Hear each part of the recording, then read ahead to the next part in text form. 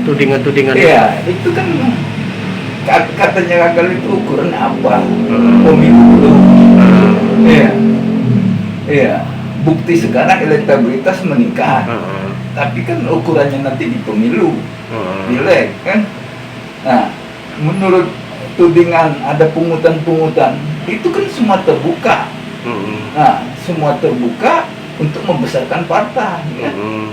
Ya, kita juga DPD dapat iuran itu kan, sebagian ke pusat ya dapat dikirim kan, ya DPC juga dapat, dan itu terbuka, nggak ada paksaan.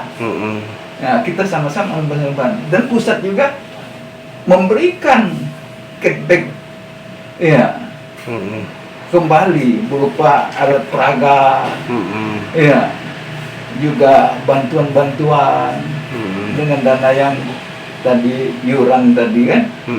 Nah jadi kan nggak ada itu, nggak tekan, nggak ada rasa, ya. Tapi partai, bukan yang Pak ya. Bendera-bendera semua kasih, ya, atribut, sudah itu sebagian untuk bantuan-bantuan COVID kirim, kan? Itu kan beliau betul-betul antusias dan dia tunjukkan kepada kader-kader di bawah. Nah, ini menjadi semangat kita, ya, dengan apa yang dicontohkan oleh Ketua Umum. Ya, prihatinlah dengan sikap Pak Marzuki Ali sebagai tokoh nasional lah, kita banggakan, dan pernah menduduki jabatan strategis di pusat, ketua DPR, sekretaris, juga mahkamah partai dan sebagainya. Berarti sedikit banyak sudah diberikan kepercayaan dan sudah mencicipi hasil daripada perjuangan mereka kan. Nah, DPR. Jadi rasanya nggak pantas kalau melakukan ya hal-hal di luar koridor yang sudah ditentukan dari internal partai. Kalau Pak Marzuki kan perlu pembuktian, ya. Cuman kalau si Opat kan itu kan sudah ada pernyataan, dia sendiri mendorong KLB, ya, dan mengajak si A si B kan, ya, bertemu dan sebagainya. Menurut saya, ya, si Opat itu ialah orang Pak Marzuki, dan dari dulu si Opat itu berjuang untuk Pak Marzuki.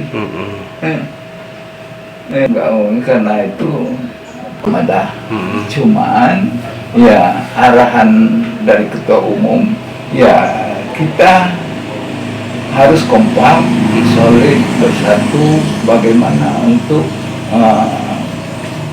membesarkan partai ini. Dan kita bersyukur elektabilitas partai kita sekarang sudah di urutan ketiga. Ini tentunya hasil kerja keras kita semua, dan ini mari kita jaga. Nah, untuk menjaga ini supaya nanti betul-betul terwujud, ya tentunya harus kita kerja keras, ya. Apalagi kondisi COVID ini, kita harus ya berbuat untuk masyarakat, ya.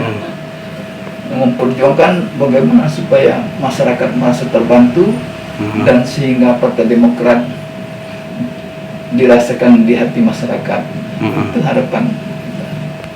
Surat pernyataan kemarin ya sudah semua. Nah, surat pernyataan sudah semua. Ada 1-2 yang lambat mengirim. Ya, apakah itu dia karena ikut ya hadir di Jakarta, kita nggak tahu kan. Ya, yang jelas ada yang lambat, terus kita stressing cepat karena ini dipinta kan.